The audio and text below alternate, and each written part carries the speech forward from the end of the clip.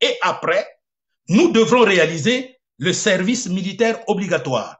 Et dans ce cadre, il y aura un service de scoutisme pour les adolescents entre 8 à 16 ans et un service militaire obligatoire de 17 jusqu'en haut. Pourquoi? Mais parce que il faudrait imprimer dans notre nation une discipline militaire. La discipline militaire produit la reconnaissance et la mise en expérience de ce qu'on appelle la parole d'honneur d'un homme.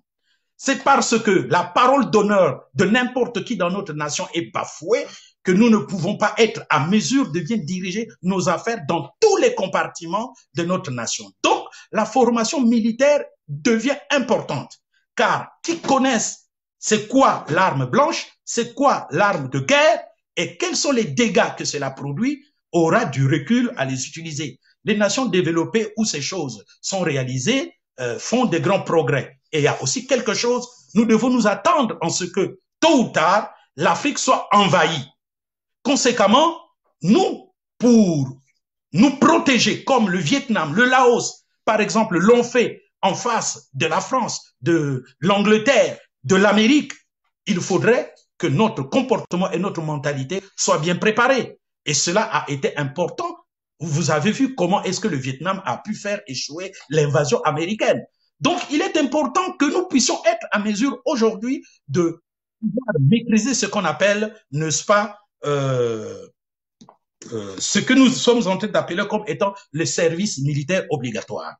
Et dans ce service militaire obligatoire doit être inclus le sport, à tel point que le sport devienne national, pas seulement dans le système scolaire et étudiantin, mais dans le système social. Car nous savons quels sont les bénéfices qu'il y a dans le sport.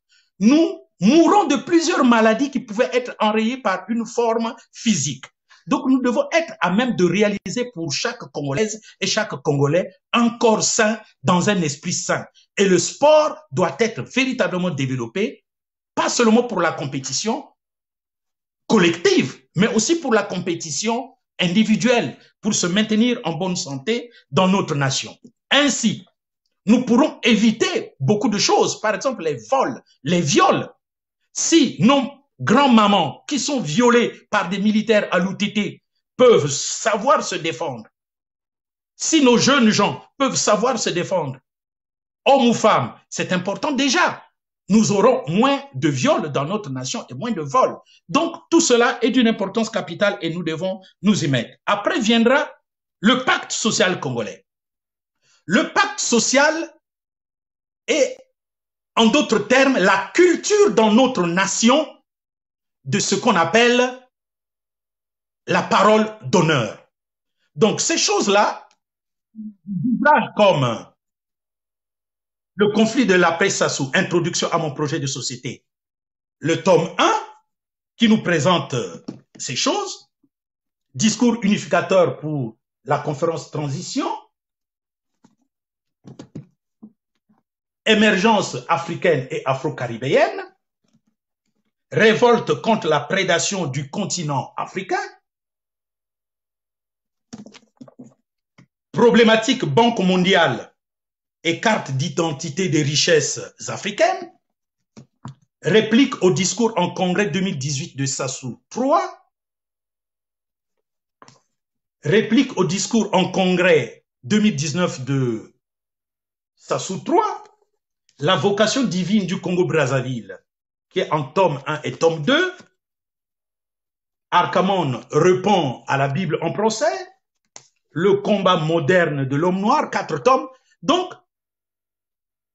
le contrat social signifie tout simplement mettre l'administration au service du Congolais et de la Congolaise lambda, sans corruption, sans intolérance, sans injustice, sans impunité. C'est cela le contrat social, que l'homme politique sache politiser et non faire ce qui se passe actuellement, cette politique politicienne. Quand les gens disent non, la politique c'est de la sorcellerie. Ce n'est pas la politique qui est de la sorcellerie, car la politique c'est la gestion de la cité. Ce qui se réalise aujourd'hui est de la politique politicienne. Donc ce n'est pas de la politique. Ainsi, c'est à nous de mettre l'homme qu'il faut à la place qu'il faut et mettre l'homme qu'il faut à la place qu'il faut. C'est cela qu'on appelle le contrat social.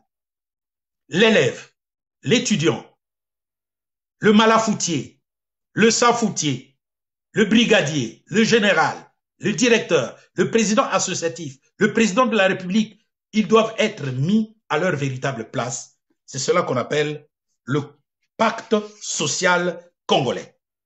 Viendra l'éducation entrepreneuriale pour tous.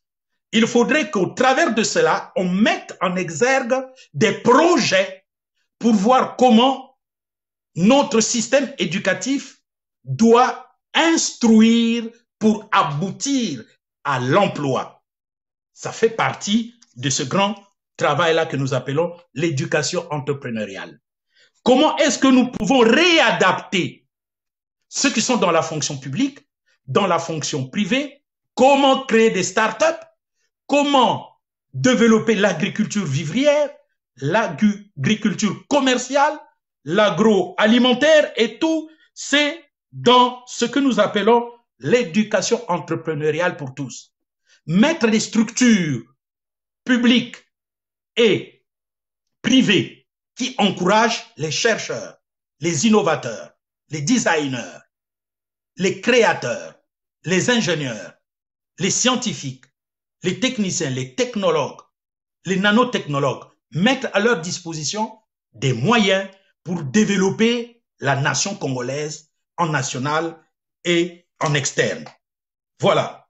Le pacte notarial congolais sera une troisième grande révolution dans ce plan, de telle sorte que toute entreprise, tout contrat, toute transaction qui va se faire dans le domaine public, dans le domaine privé, dans le domaine individuel, soit réalisée par le notariat.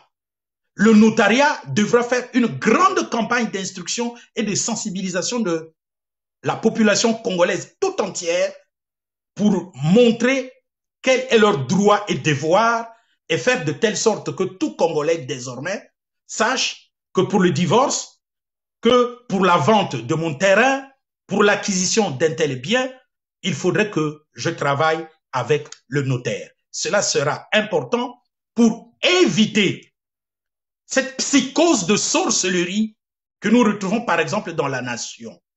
Quand un tuteur meurt, la succession est délicate, difficile et aujourd'hui, il y a des femmes épousées qui ne savent même pas qu'elles ont droit à un pourcentage, les enfants qui ne connaissent pas leur pourcentage, la famille congolaise qui ne connaît pas leur pourcentage. Et on parle de sorcellerie, on jette les sorts, de magie, de quoi, pour perturber, n'est-ce pas, la continuité de l'héritage dans la nation. Et cela va faire aussi une bonne culture du principe d'héritage, pour que moi je sache qu'est-ce que je vais léguer à ma femme, qu'est-ce que je vais léguer à mes enfants, qu'est-ce que je vais léguer à ma famille, que ce soit dans notre culture, pour que la richesse ne passe pas entre les mains incognito. Donc c'est important, c'est une troisième grande révolution qui doit être faite.